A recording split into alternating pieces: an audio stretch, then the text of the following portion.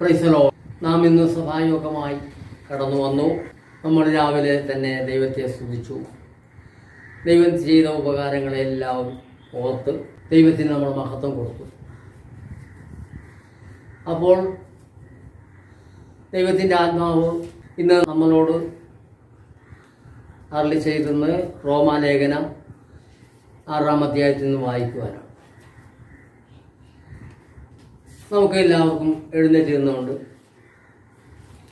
റോമാലേഖനം 6-ാം അധ്യായം 1 മുതൽ നമുക്ക് വായിക്കാം.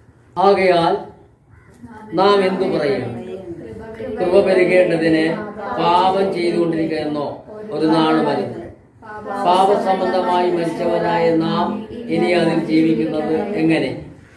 അല്ല, യേശുക്രിസ്തുവിനോട് ചേരുവാൻ സ്നാനമേറ്റവരായ നാം എല്ലാവരും അവന്റെ മരണത്തിൽ പങ്കാളികളാകുവാൻ സ്നാനമേറ്റിരിക്കുന്നു എന്ന് നിങ്ങൾ അറിയുന്നില്ലയോ? അങ്ങനെ നാം അവന്റെ മരണത്തിൽ പങ്കാളികളായി ചെയ്യുന്ന സ്നാനത്താൽ അവനോടുകൂടെ കുരിശിടപ്പെട്ടു.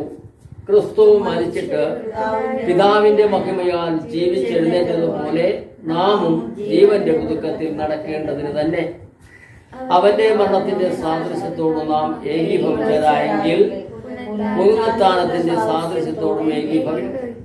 നാം ഇനി പാപത്തിന് അടിമപ്പെടാതെ വണ്ണം പാപശരീരത്തിന് നീക്കം വരേണ്ടതിനെ നമ്മുടെ പഴയ മനുഷ്യൻ അവനോടുകൂടെ ക്രൂശിക്കപ്പെട്ടു എന്ന് നാം അറിയുന്നു.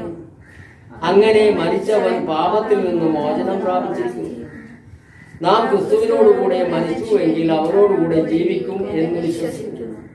ക്രിസ്തു മരിച്ചിട്ട് ഉയർത്തെഴുന്നേറ്റിരിക്കുകയാൽ ഇനി മരിക്കയില്ല, മരണത്തിന് അവന്റെ മേൽ ഇനി കർത്തൃത്വമില്ല എന്ന് നാം അറിയുന്നുവല്ലോ.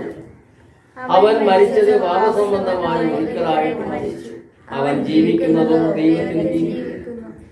അവണ നിങ്ങളും പാപസംബന്ധമായി മരിച്ചവരെന്നും ക്രിസ്തു യേശുവിൽ ദൈവത്തിന് ജീവിക്കുന്നവരെന്നും നിങ്ങളെ തന്നെ. സ്തോത്രം. ഹല്ലേലൂയ. നമ്മൾ ഇന്ന് വായിച്ച ലേഖന ഭാഗങ്ങൾ വായിച്ചുകൊണ്ടിരിക്കുമ്പോൾ തന്നെ നമുക്കതിൽ നിന്ന് ചില കാര്യങ്ങൾ നമുക്ക് മനസ്സിലാക്കിക്കൊണ്ട് തന്നെയാണ് നമ്മൾ വായിക്കുന്നത്, അല്ലേ? വായിക്കുമ്പോൾ നമുക്കിത് മനസ്സിലാവുന്നുണ്ട് ഓരോ കാര്യങ്ങൾ എന്താണെന്ന്, അല്ലേ?